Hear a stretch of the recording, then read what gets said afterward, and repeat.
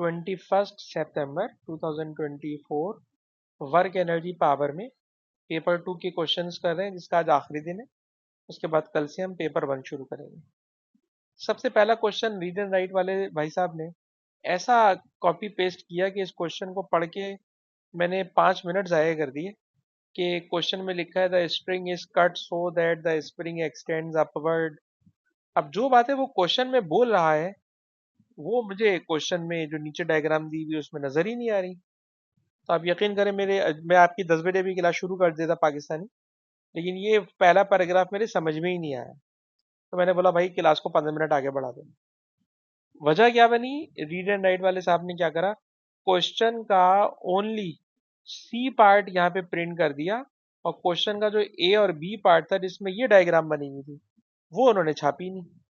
तो अब जाहिर सी बात है, जब ये डायग्राम है ही नहीं तो कहाँ से कोई पकड़ लेगा। तो ये मेरे साथ जो है ना, क्या बोलूँ, प्रैंक हो गया। तो चलिए अब क्वेश्चन सॉल्व करना शुरू करते हैं। क्वेश्चन बेटा ये है कि इस क्वेश्चन का जो ए पार्ट है वो ये है कि ये एक बीम है, इस बीम को एक रस्सी से बांधा हुआ है और एक बीम के नीचे स्प्रिंग लगा हुआ है। इस बीम के ऊपर एक ब्लॉक रखा हुआ है। ठीक है जनाब, इन्होंने इस स्ट्रिंग को कट कर दिया।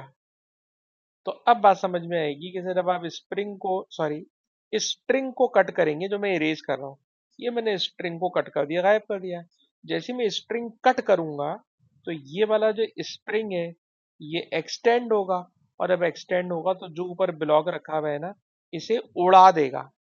और जब ये उड़ेगा तो उड़ते हुए ये करेगा प्रोजेक्टाइल मोशन। ठीक है ना, ये जो ब्लॉक है जो बीम के ऊपर रखा हुआ है ये करेगा प्रोजेक्टाइल मोशन। और जब ये प्रोजेक्टाइल मोशन कर रहा है तो इस प्रोजेक्टाइल मोशन के इस पार्ट को उन्होंने यहाँ पे डायग्राम बना के दिया हुआ है कि ये प्रोजेक्टाइल मोशन का राइट हैंड साइड भी गायब कर दिया है, और जब वो नीचे की तरफ गिर रहा है तो लेफ्ट हैंड साइड को उन्होंने यहाँ पे डायग्राम में दिखा दिया है। तो काफी बुरा किया उन्होंने मेरे साथ। तो ये जनाब वो ब्लॉक है जो यूनिफॉर्म बीम के ऊपर से उड़ता हुआ आ रहा है, और उड़ता हुआ आ रहा है, प्रोजेक्टाइल मोशन करता हुआ आ रहा है। खैर अब क्वेश्चन क्या है सर? क्वेश्चन ये है कि जब ये ब्लॉक जमीन से 0.09 मीटर की हाइट पर है, ठीक है जनाब, और यहाँ से मूव करता हुआ नीचे आ रहा है, नीचे आ रहा है, तो जाहिर सी बात है सर, अब पॉइंट ए, यानी क्वेश्चन पॉइंट ए से शुरू हो रहे हैं। आप ये समझ लें, क्वेश्चन पॉइंट ए से शुरू हो रहा है आपका। पॉइंट ए से बी की तरफ जब ये आ रहा है तो ऑब्वियसली ग्राउंड की तरफ आ रहा है। There is decrease in gravitational potential energy from A to B, वो आपने कैलकुलेट करनी है। कैलकुलेट करने के लिए फॉर्मूला होता है एम जी एच। ये जो फॉर्मूला है एम जी एच, इसमें सबसे पहले चाहिए मास। अच्छा, मास की वैल्यू भी जो क्वेश्चन उन्होंने कॉपी पेस्ट मारा कहीं है ही नहीं, तो उसको भी मुझे सर्च करना पड़ा। तो पता चला क्वेश्चन के ए पार्ट में उन्होंने ब्लॉक का वेट दिया हुआ है जो कि 0.3 न्यूटन है। तो आपको पता है कि वेट mg होता है, तो मैं mg को रिप्लेस कर सकता हूँ 0.3 के साथ। और राइट नाउ इसकी हाइट जमीन से 0.090 है, और याद रखिएगा 90 में सिग्निफिकेंट फिगर है 2। ठीक है जनाब, वेट में सिग्निफिकेंट फिगर है 1, 0.3 it is one significant figure. ठीक है ना, इट इज mg। और हाइट की वैल्यू है 0.090, तो जो कोने वाला 90 है इट इज सिग्निफिकेंट फिगर, यानी 2 सिग्निफिकेंट फिगर हाइट में। खैर दोनों को मल्टीप्लाई करें, जब आप दोनों को मल्टीप्लाई करते हो तो बनता है 0.027 जूल। और कहना चाह रहा हूँ कि दिस 27 इज सिग्निफिकेंट फिगर। तो हमने 2 सिग्निफिकेंट फिगर में आंसर निकाल दिया, क्योंकि क्वेश्चन बड़ा सिंपल है mgh, तो इसमें ऐसी कोई खास बात नहीं है। अलबत्ता क्वेश्चन जो मुश्किल है वो यहाँ से शुरू होता है। क्या मुश्किल शुरू होता है, गौर से सुने। ये जो ब्लॉग है ये ए से बी की तरफ आ रहा है, और अब ए से बी की तरफ आ रहा है तो क्वेश्चन है कि जब ये ब्लॉग ए को हिट करेगा तो बताइए इसकी स्पीड क्या होगी। ठीक है जनाब, तो ऐसे क्वेश्चन हम बचपन में यूं बच्चों को कराते हुए आ रहे हैं कि किसी ब्लॉक को अगर ऊपर से रिलीज किया जाए, ऊपर से ड्रॉप किया जाए, तो इनिशियल स्पीड 0 होती है, बॉडी में सिर्फ पोटेंशियल एनर्जी होती है, और वही पोटेंशियल एनर्जी काइनेटिक एनर्जी में कन्वर्ट हो जाती है। लेकिन इस क्वेश्चन में ऐसा नहीं है।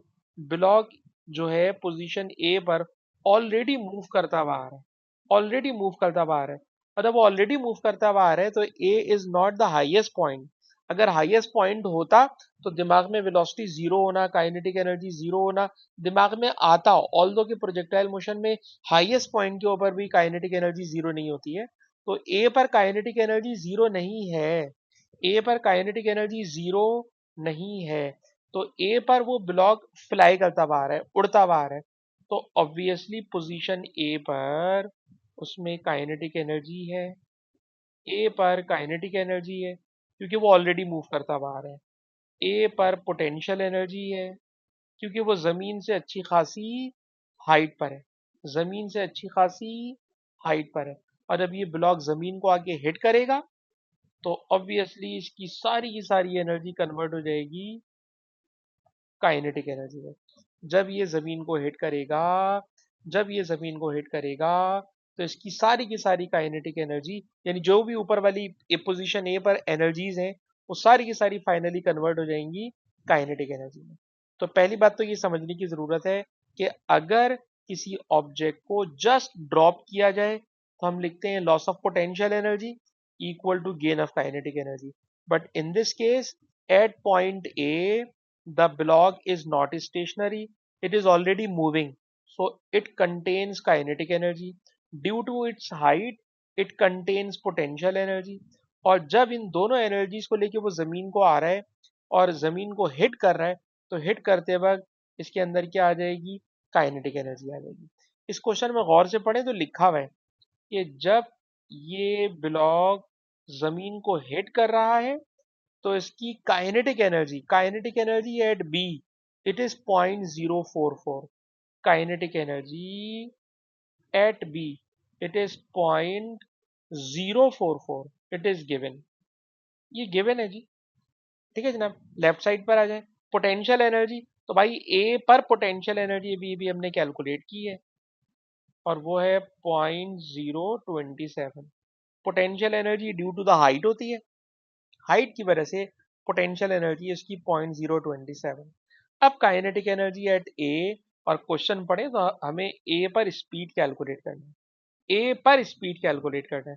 तो ए पर काइनेटिक एनर्जी का फॉर्मूला होगा हाफ मास वेलोसिटी स्क्वायर। वेलोसिटी मैंने कैलकुलेट करना है, मास कहाँ से आएगा सर, क्वेश्चन में मास नहीं दिया हुआ, वी आर गिवन वेट। तो इस वेट को बटा 9.3 से, सॉरी 9.8 से डिवाइड कर लो। तो वेट की वैल्यू 0.3 है, 0.3 को 9.8 से आप क्या करोगे डिवाइड, तो ऑब्वियसली ये कन्वर्ट हो जाएगा मास में। अब जो इक्वेशन बन गई इस इक्वेशन को मैं सॉल्व करूंगा तो आपका टाइम पास कराऊंगा। तो इसके अंदर रिजल्ट आएगा जी 1.1। इसका रिजल्ट आएगा बेटा 1.1 मीटर पर सेकेंड। ठीक है ना, जब आप इस पूरी इक्वेशन को सॉल्व करोगे तो रिजल्ट आएगा 1.1 मीटर पर सेकेंड।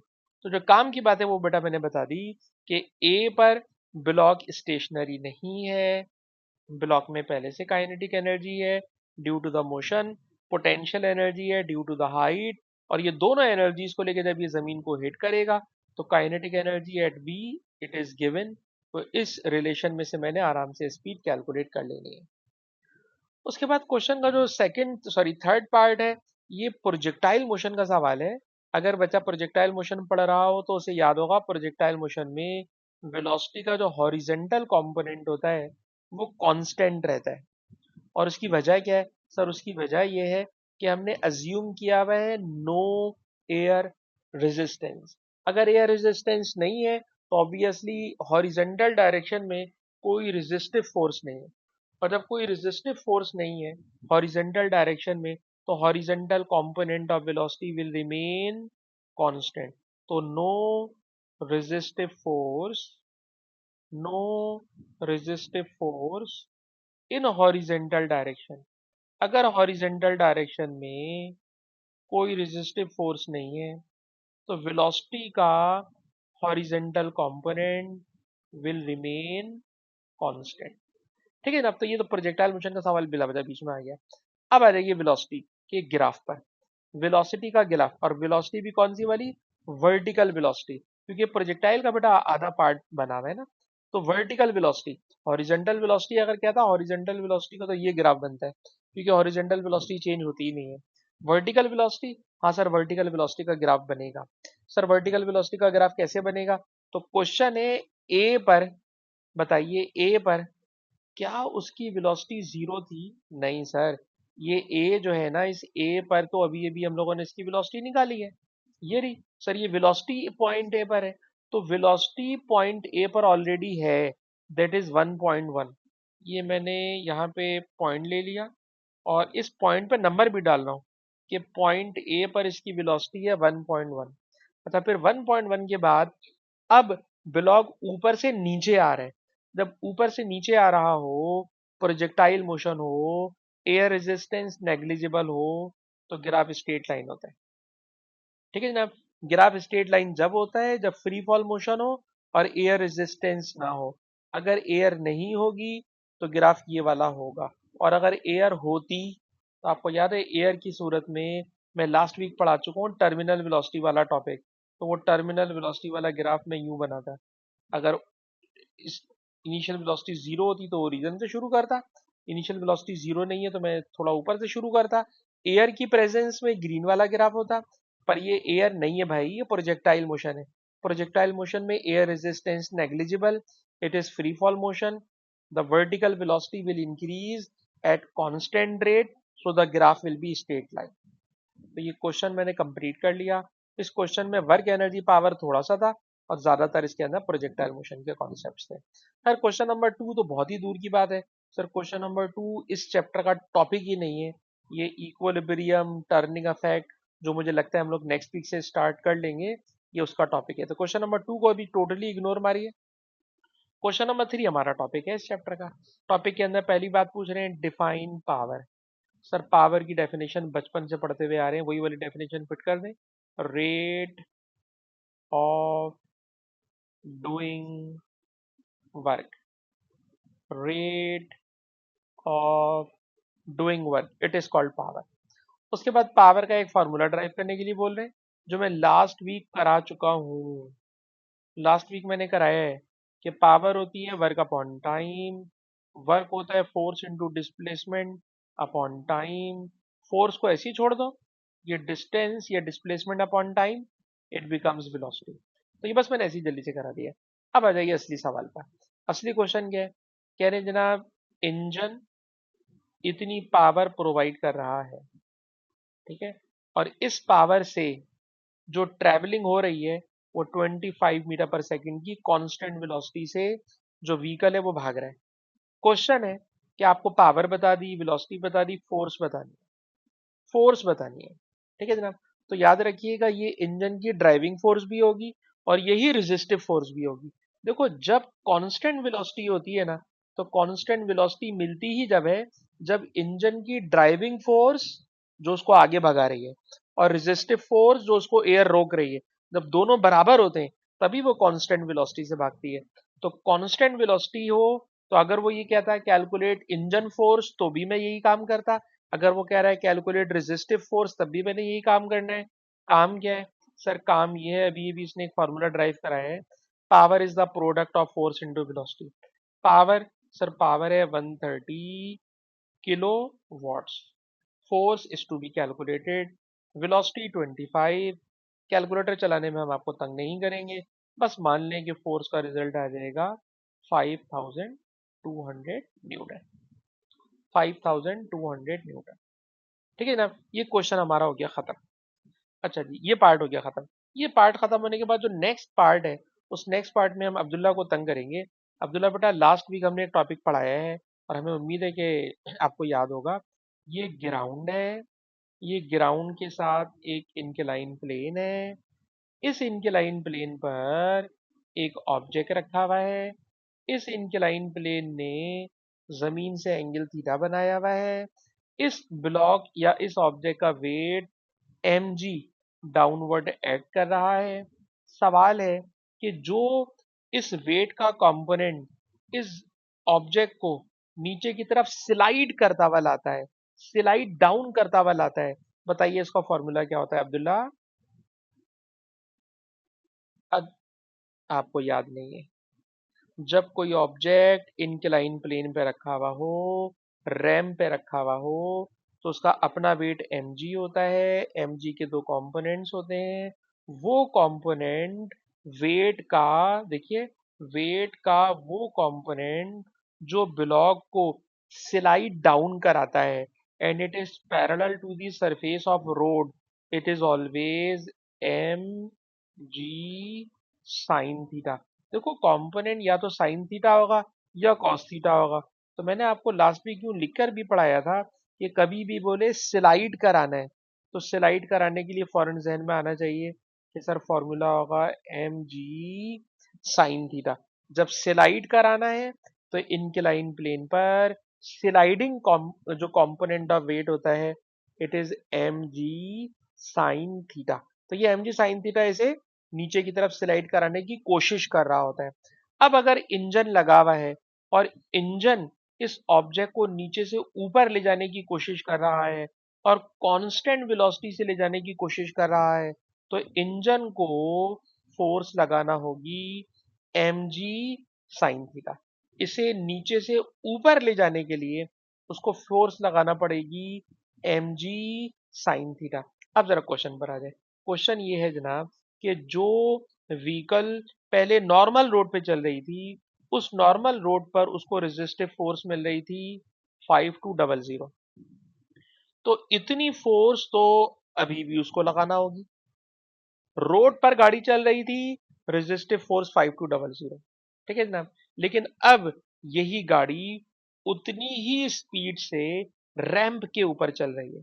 जब रैंप के ऊपर चलेगी ना, तो अब इस गाड़ी के इंजन को उस 5200 फोर्स के अलावा सर एक और फोर्स लगाना पड़ेगी, और वो होगी एम जी साइन थीटा। यानी अगर आप साइकिल चलाते हो तो आपको ये बात ज्यादा अच्छी समझ में आएगी कि अगर आप साइकिल रोड पे भगा रहे हो, तो रोड पर भगाने के लिए आपको 5200 न्यूटन फोर्स लगाना पड़ रही है। लेकिन रोड पे चलाते चलाते आगे रैंप आ गया, अब नीचे से ऊपर उठा के लेके जाना है। ओ भाई, ऊपर लेके जाओगे ना, तो अब आपको एम जी साइन थीटा के बराबर एक्स्ट्रा फोर्स लगाना पड़ेगी। गाड़ी में भी कभी ऐसा होता है कि गाड़ी रोड पे बड़े मजे से भाग रही होती है, एसी चल रहा है, गाड़ी वैसी मुश्किल से भाग रही है। अब जनाब रैंप आ गया, कोई फ्लाईओवर आ गया, अब जैसे ही उसको ऊपर जाना है, तो उसके ऊपर एक और एक्स्ट्रा फोर्स आ जाती है, that is M G sine theta. इसलिए गाड़ी को ऊपर उठाना थोड़ा मुश्किल हो जाता है। खैर जनाब, हम टॉपिक के अंदर वापस आ जाएं। तो पहले से फोर्स लग रही है 5200, नई फोर्स लगाना पड़ेगी M G sine theta. Mass of the vehicle is 36,000 kg, gravity 9.8, theta 1.4 degree. आप इन सब से सॉल्व करोगे तो पहले कैलकुलेट करोगे फोर्स। बेटा पहले कैलकुलेट करोगे फोर्स, और जो फोर्स आएगी, सर वो फोर्स पता नहीं कितनी आएगी। तो ये फोर्स, मैं मार्किंग स्कीम ढूंढता हूँ। ये फोर्स आएगी जनाब 13,800। 13,800 ये फोर्स आएगी जनाब, ठीक है जनाब। तो पहले 5200 से काम चल रहा था, अब फोर्स 13,800 फोर्स लगाना पड़ रही है। Now you have to calculate power. असल में तो पावर कैलकुलेट करना है। तो सर पावर होती है फोर्स और वेलोसिटी का प्रोडक्ट। फोर्स अभी लगाना पड़ रही है 13,800, और 13,800 जो फोर्स है उसको वेलोसिटी से करना पड़ेगा मल्टीप्लाई। वेलोसिटी है 25 मीटर पर सेकेंड। जो आंसर आएगा उस आंसर को लिख रहे हैं वॉट्स में नहीं, किलो वॉट्स में चाहिए। सर किलो वॉट्स में चाहिए, तो जो आंसर आ जाए उस आंसर को 1000 से डिवाइड कर दीजिएगा। 1000 से डिवाइड करोगे तो जो वॉट वाला आंसर है वो कन्वर्ट हो जाएगा किलो वॉट में, और किलो वॉट में इसका आंसर बनेगा 350। किलो वॉट में बेटा इसका आंसर बनेगा 350। तो बेटा अगर आप इसको कॉपी कर रहे हैं तो उसको नोट कर लें कि फोर्स इंक्रीज हो गई है, जिसकी वजह से पावर अब इंजन को ज्यादा लगाना पड़ रही है, and it is 350 kilo watts. Question number 3 complete हो गया। Now question number 4। Question number 4 में अगेन बॉल को ऊपर उछाला जा रहा है, लेकिन ये क्वेश्चन मुझे काइनेमेटिक्स ही काइनेमेटिक्स लग रहे हैं। इसमें वर्क एनर्जी पावर यकीन करें जरा सा भी नहीं है, टोटली वर्क ये काइनेमेटिक्स है। टोटली काइनेमेटिक्स है। इसमें एक कॉन्सेप्ट भी कोई वैसा वाला नहीं आ रहा। तो जो अच्छे बच्चे हैं वो यकीनन इस क्वेश्चन को क्लास के फौरन बाद सॉल्व कीजिएगा। इट इज़ अ होमवर्क, क्योंकि इसमें कोई वर्क एनर्जी पावर की कोई बात नहीं हो रही है। बहुत ही सिंपल क्वेश्चन है, ये आपने खुद करना है। और अब मैं उम्मीद करता हूँ कि क्लास के फौरन बात कर लेंगे। क्लास के फौरन बाद उमर मुझे फौरन करके भेज देते हैं, ताहा मुझे फौरन करके भेज देते हैं, अब्दुल्ला मेरे घर में रहते हैं फिर भी ये मुझे नहीं दिखाते, फातिमा भी नहीं करती और फाइक भी नहीं करते। तो जो 3 बच्चों को मैंने स्पेशली हाईलाइट किया है, बेटा प्लीज कर लो यार सवाल भाई क्लास के बाद। ठीक है, तो इस क्लास को खत्म करते ही आप, मैं उम्मीद करता हूँ कि आप मुझे ये सवाल भेजेंगे। अच्छा जी, नेक्स्ट क्वेश्चन पे आ जाए। Question number 5। Question number 5 power का है, बिल्कुल पावर का है। फॉर्मूला ड्राइव करना है सर, अभी ये भी फार्मूला ड्राइव करके हम लोग आ चुके हैं। इसमें ऐसी कोई खास बात नहीं है कि हम दोबारा ड्राइव करें। अच्छा जी, उससे आगे का जो क्वेश्चन है वो हम देखना चाहते हैं। क्या क्वेश्चन है, एक ब्लॉक है, उसको स्लोप के ऊपर लेके जा रहे हो।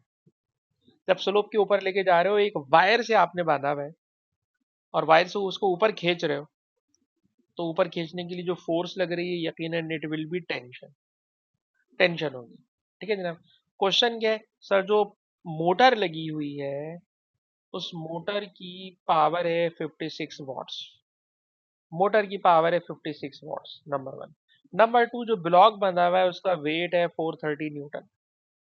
जिस इंक्लाइन प्लेन पर रैम के ऊपर वो आ रहा है उसका एंगल है 11 डिग्री। ठीक है जनाब। इसके अलावा नो रेजिस्टिव फोर्स, कोई रेजिस्टिव फोर्स नहीं है। क्वेश्चन में बताइए टेंशन कितनी होगी। तो अभी अभी मैंने आपको याद कराने की कोशिश की है कि अगर कोई ऑब्जेक्ट इनक्लाइन प्लेन पे रखा हुआ है तो उसका वेट mg नीचे नहीं एक्ट कर रहा होगा, बल्कि mg साइन थीटा नीचे एक्ट कर रहा होगा।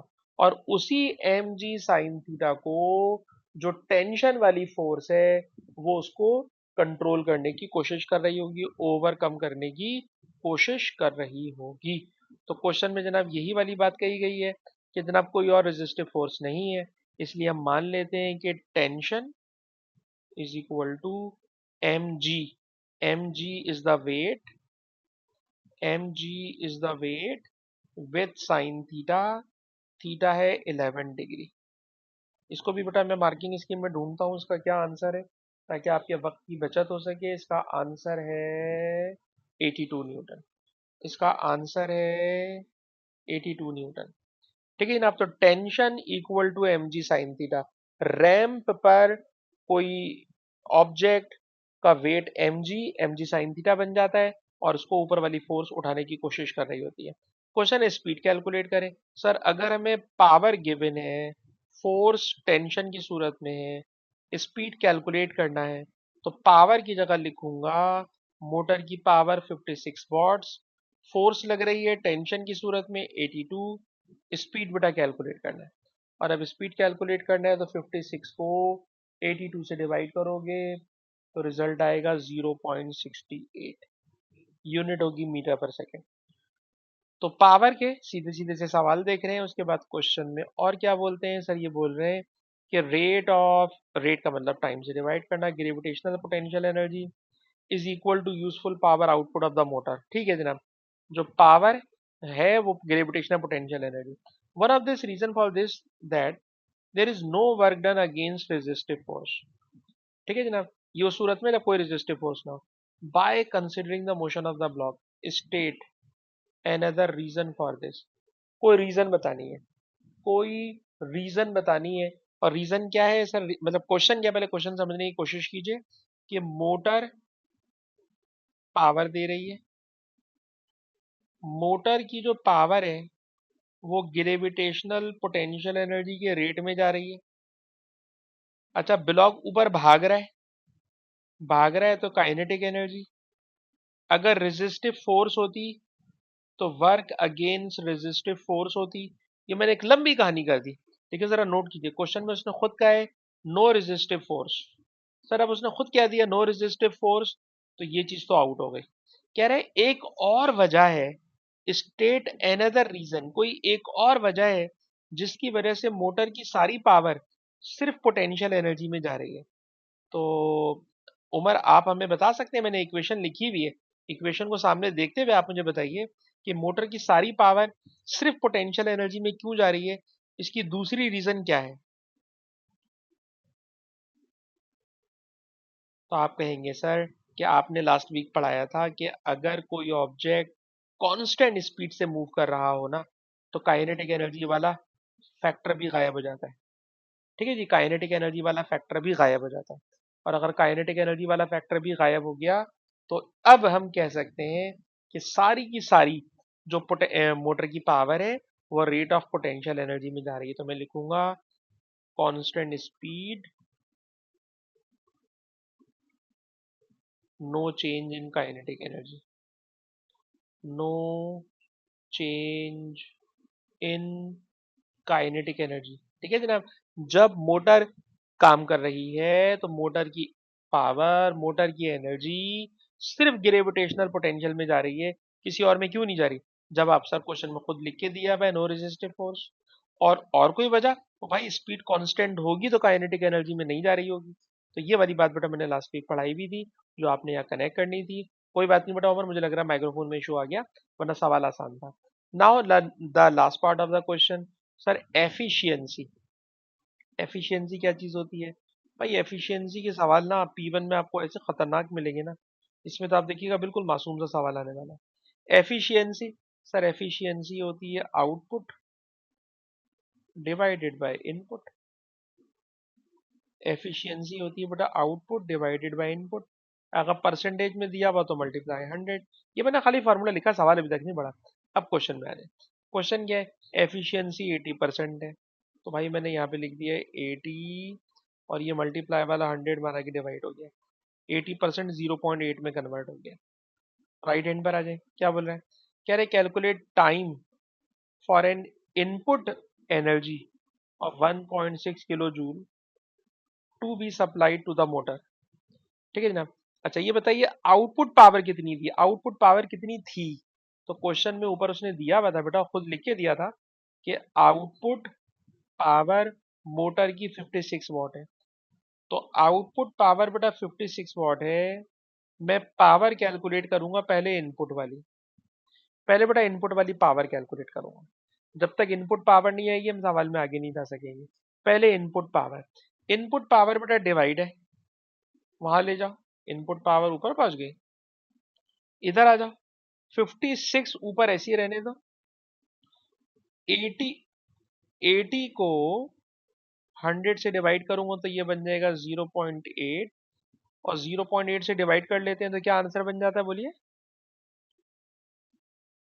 शायद अब 7000, ऐसा ना, 70 बनेगा, 70 बनेगा क्योंकि 56 है तो भाई इनपुट 70 होगा।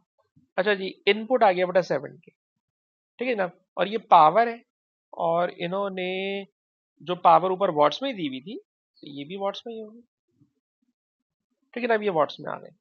अब जब इनपुट पावर आ गई, इनपुट पावर आ गई, तो input power is equals to input energy upon time. Input power, power होती है energy upon time, we have to calculate time, so time equals to energy upon power, energy upon power. और अब energy upon power है तो input energy, input energy it is 1.2 kilo joule. ये question में given है, input energy 1.2 kilo joule divided by input power.